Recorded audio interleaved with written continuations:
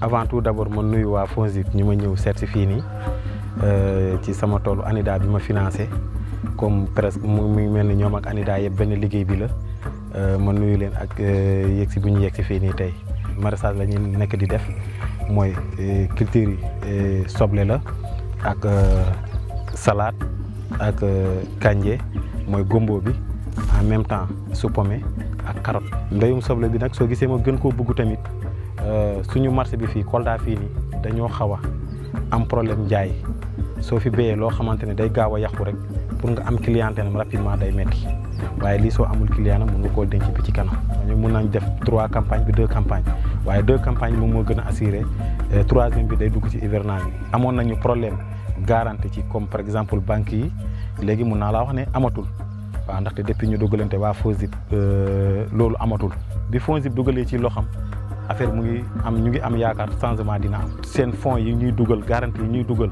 ci biir ANIDA di jàppale ndaw yi loolu jàppale la surtout ANIDA ak FONGIP nu ñuy jàppalee ndaw yi ku ci góorgóorlu moom di nga ci mën a gis sa bopp. jërëjëf FONGIP.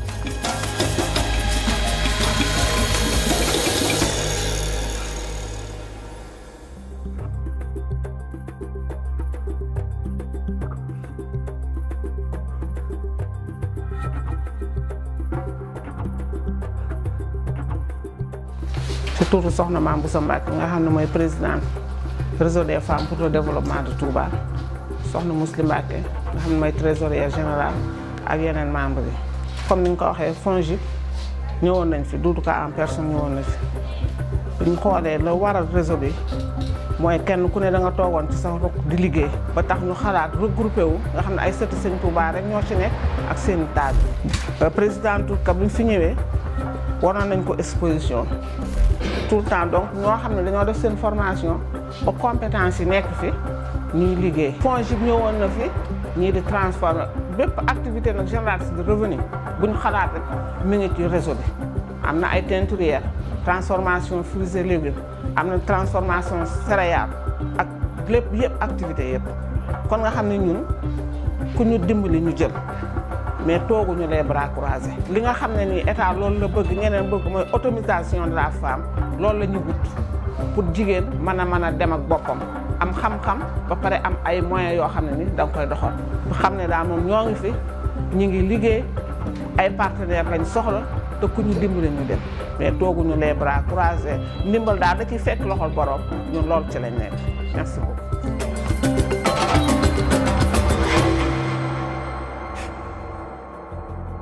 Je représente la société Les Agro-Industries du Nord, basée à Ross Béthio et spécialisée dans la transformation de riz. Et nous avons été accompagnés par une institution financière de la place, ainsi que le FONGIP qui nous a soulagés par rapport aux garanties à hauteur de 50%, extensif jusqu'à 70%. Le montant global pour l'acquisition de la rizerie est de 150 millions de francs CFA. Avec une garantie du FONGIP à hauteur de 50%, c'est-à-dire 75 millions de capitaux qui sont garantis par le FONGIP. Nous avons investi dans une unité neuve de transformation de riz paddy parce que l'ambition c'est de nourrir le Sénégal par nous-mêmes et de créer des emplois, surtout en zone rurale. Nous avons une capacité de 3 tonnes par heure. Toute l'année, on peut atteindre 20 000 tonnes de riz paddy qui sont transformés, à savoir un peu plus de 10 000 tonnes de riz blanc. Bien évidemment, nous allons augmenter la capacité de production au fur et à mesure parce que la capacité de production maximale est de 50 000 tonnes paddy par an, c'est-à-dire 30 000 tonnes de riz blanc. Nous sommes ici ci Ross Béthio ci usine bi ñu defar pour bojji ceeb bi ba mu indi ceeb bu weex ñu ànd ceeg FONGIP ñu jàppale ñu ànd ak ñun FONGIP maanaam xaaj bi moom jël na ko garantie. structure yu mel na FONGIP wax dëgg yàlla dimbali nañ ñu ba nga xamante ni li ci gënoon a jafe muy wàllum financement nga xam ni pour nga jot ci dafay jafe boor boobu FONGIP jàppale nañu ci bu baax te ñu ngi leen ci sant di leen ci gërëm. Je m'appelle Mariama Diallo, je suis la secrétaire du GIE Koba Club. Nous faisons la transformation du fognon.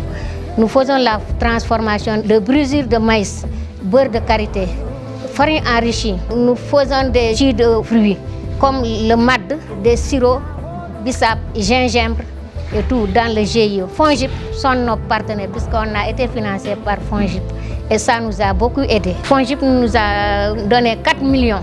Chaque mois, nous transformons 20 tonnes de fonio avec le FONGIP.